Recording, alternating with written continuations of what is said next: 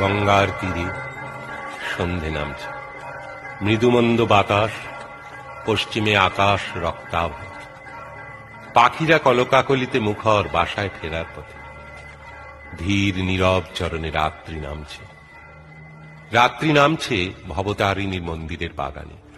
অস্থির ভাবে বাগানে পায়চারি করছেন এক ব্রাহ্মণ, নিরক্ষর, ডিগ্রি ডিপ্লোমাহীন, গ্রাম্য, এক আপন ভোলা ভাব বিভোর মানুষ, যেন এক সদানন্দ বালক। কে যেন আসছে, কে যেন আসবে, বাতাসে যেন তার পদধ্বনি বাজে। আকুল ব্রাহ্মণ অস্থির চিত্তে পা বাড়ালেন তার ছোট্ট ঘরটির দিকে, আর তারপর ঘটে গেল সেই ব্রাহ্ম মুহূর্তের আলোক বিস্ফোরণ। শিমলের নরেন এসে দাঁড়ালেন কামারপুকুরের গদাধরের চরণে। ইট কাঠ কংক্রিটের কায়স্থ পুত্র এসে দাঁড়ালো সবুজ গ্রামের ব্রাহ্মণ পুত্রের দোরগোড়ায়। ইতিহাস এসে দাঁড়ালো ইতিহাসের সামনে। যুগ সন্ধিক্ষণে আকাশে জেগে উঠল ধ্রুবতারা, বাতাসে বেজে উঠল মাঙ্গলিক সুর, গঙ্গার তরঙ্গে বেজে উঠল মহাকালের ছন্দ। ক্ষণকাল থমকে তাকালো চিরকালের দিকে। দক্ষিণেশ্বরে ভবতারিণীর ওষ্ঠাধরে ফুটে উঠল হাসি। হাতের খড়গ উঠল জ্বলে, দীপ্ত আলোয় নক্ষত্রেরা সাজিয়ে দিল আকাশ। মহাকাশে বেজে উঠল মহাশঙ্খনাদ। ইতিহাস সূচনা লগ্নের শিহরণে স্পন্দিত। ঠাকুর ব্যাকুল হয়ে বললেন, কে? নরেন এলি? কতদিন থেকে তোর জন্য ব্যাকুল হয়ে অপেক্ষা করছি। এই তো তোর নিজের ঘর, নিজের বাড়ি, এখানে আসতে এত দেরি করলি কেন রে? নরেন গান ধরলেন, মন চলো নিজ নিকেতনে।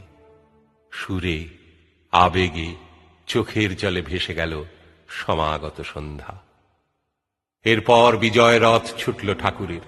সেই স্বর্ণরথের চক্র নির্ঘোষে ধুলোর মতো উড়ে যেতে লাগলো মানুষের পাপ, মানুষের পতন, মানুষের যন্ত্রণা, মানুষের কান্না। সেই রথের অমিত বিক্রমে পথ ছেড়ে সরে দাঁড়ালো আচার, বিচার, জপ, তপ, তুলসী, রুদ্রাক্ষ। পথের ওপরে নীল নীলিমায় জাগ্রত হল ভালোবাসা, প্রেম, আনন্দ। জগৎ এসে নতজানু হল গঙ্গা তীরের সাধকের পায়ে। অব্রাহ্মণ নরেন্দ্রনাথ হয়ে উঠলেন ব্রাহ্মণ শ্রেষ্ঠদের মাথার মণি, পথপ্রদর্শক, ধ্রুবতারা। সমস্ত ভুবন জানল জীব সেবাই শিব সেবা, মানব প্রেমী ঈশ্বরানুরাগ। এসব একদিন এই বাংলায় ঘটেছিল, সত্যিই ঘটেছিল। শ্রীরামকৃষ্ণ, স্বামী বিবেকানন্দ এরা বাঙালি ছিলেন। একদিন বাংলা সারা পৃথিবীকে পথ দেখিয়েছিল, বাঁচার পথ, জাগার পথ, চলার পথ, উত্তরণের পথ। হ্যাঁ হ্যাঁ, আমরা বাঙালিরাই মাথা উঁচু করে জগৎকে আলো দিয়েছিলাম। সত্যি, সব সত্যি কথা।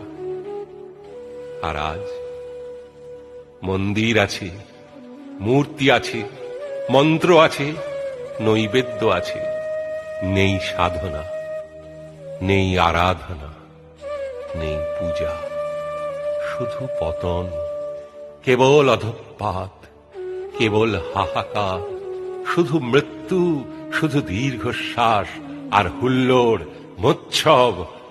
এ এক আত্মহননের যুগ। ক্ষমা করো ঠাকুর, ক্ষমা করবেন স্বামীজি। আপনারা আমাদের মানুষের মতো মানুষ করে তুলতে চেয়েছিলেন,